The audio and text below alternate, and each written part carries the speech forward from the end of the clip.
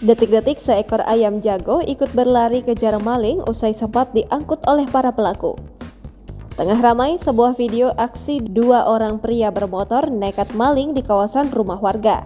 Hal itu diketahui dalam unggahan Instagram @terang_media pada Selasa 9 Mei 2023.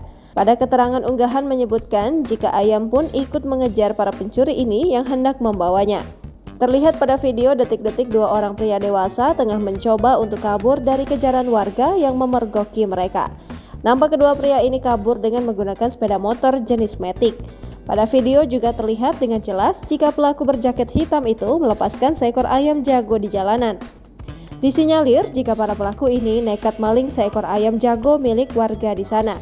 Warga yang mengetahui aksi keduanya ini segera berlari mengejar para pelaku sampai ke ujung jalan.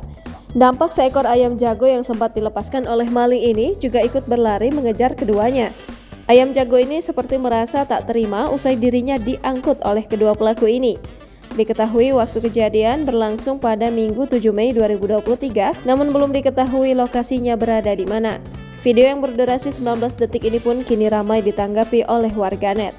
Hingga berita ini dimuat, belum diketahui bagaimana nasib dari kedua pria yang nekat maling ini.